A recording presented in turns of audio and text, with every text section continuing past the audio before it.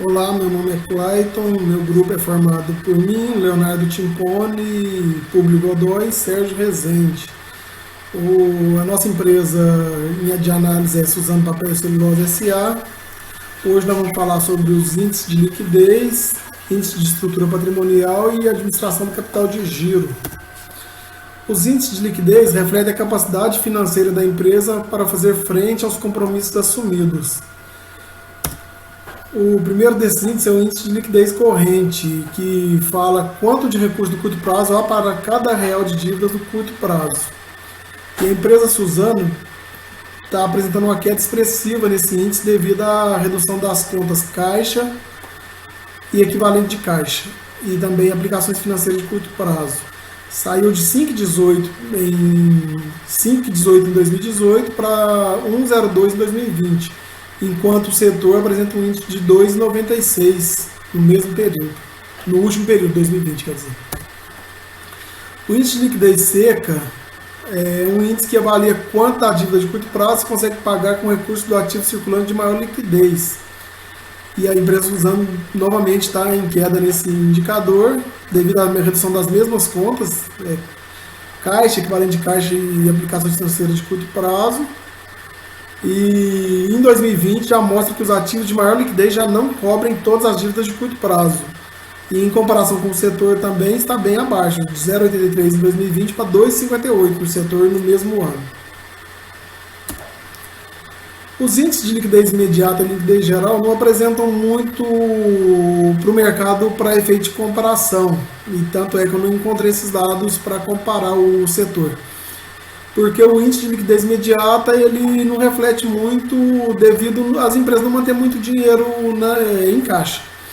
E o índice de liquidez geral ele mistura as contas de patrimônio líquido e passivo não circulante, ou seja, já deixa difícil de avaliar o tempo, o que é a dívida de longo prazo e curto prazo no meio desse indicador, mas estão todos em queda também.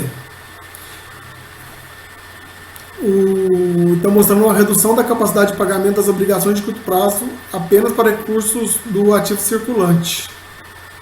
O índice de liquidez geral não caiu mais devido ao aumento do passivo não circulante em 138% nos períodos 2 e 3.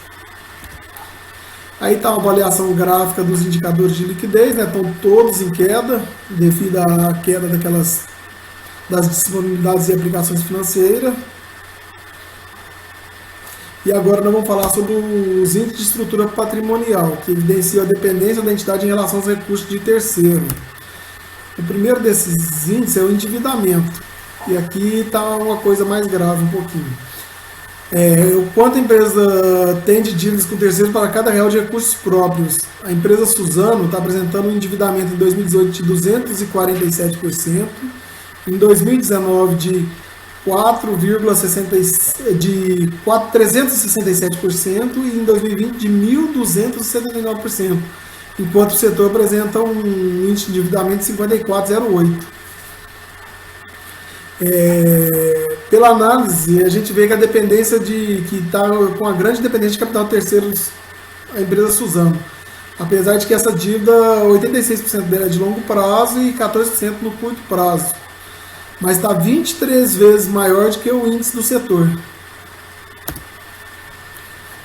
A composição do endividamento mostra o quanto a dívida total é exigível no curto prazo. E aí é os mesmos 14%. Em média, 14% dessa dívida vence no curto prazo, é exigível no curto prazo. E 86% no longo prazo. Desses 86%, 56% são obrigações com partes relacionadas. Ou seja, algo não deixou claro nas demonstrações contábeis nem nas notas explicativas, mas é algo em relação à matéria-prima que vem da fibra após a fusão. Parece, pelas análises, que é isso.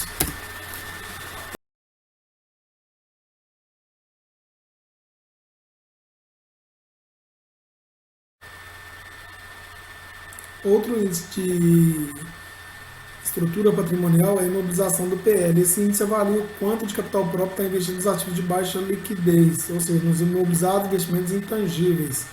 Na empresa Suzano, esse índice está ruim, porque o PL está muito pequeno, caiu bastante, quase 50%. E esse índice está subindo de 49% para 863% em 2020. O índice de imobilização do PL apresenta altíssimo, né? E vem crescendo ainda mais devido à redução do PL e o aumento dos ativos imobilizados, proveniente da fusão entre a Suzano e a Fibria.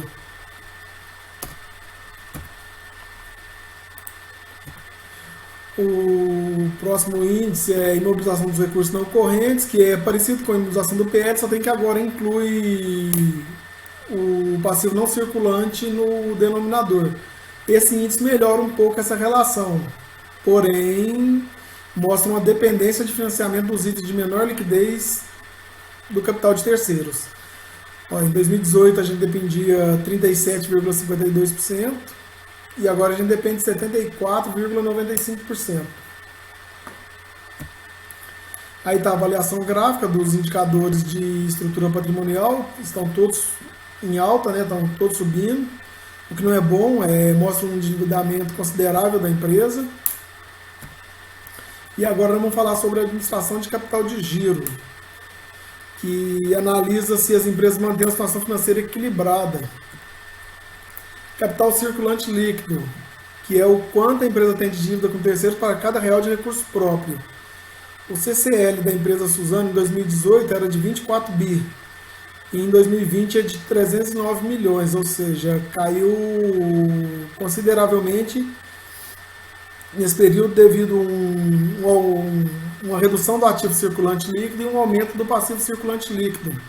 As principais contas afetadas foram a caixa, aplicações financeiras, fornecedores, obrigações com partes relacionadas. Essa conta obrigações com partes relacionadas, tanto no passivo circulante como no passivo não circulante, é muito importante. Representa um percentual altíssimo nos demonstrativos. O indicador ainda é positivo, né? O que significa que suas fontes de curto prazo estão financiando suas operações. E as principais contas afetadas no passivo são investimentos, 760%, o realizável de longo prazo, 289%, imobilizado, 147%, intangível, acima de 14.000%, e outras obrigações, 175%. E a necessidade de capital de giro é um indicador do tipo quanto menor melhor, né? Pois refletirá o quanto a empresa necessita de recursos onerosos para cobrir sua operação. E esse indicador é trabalhado separando as contas do ativo e do passivo circulante em operacionais e financeiras, né? Na empresa Suzano, esse valor reduziu de 2018 a 2020, apresentando esse negativo agora, mostrando que não há dependência do ativo circulante operacional em relação a outras fontes que não o passivo circulante operacional. Temos uma redução do capital circulante líquido e um aumento do passivo circulante líquido. As principais contas afetadas foram aplicações financeiras, caixa, fornecedores e obrigações com partes relacionadas, ou seja, as mesmas contas do capital circulante líquido.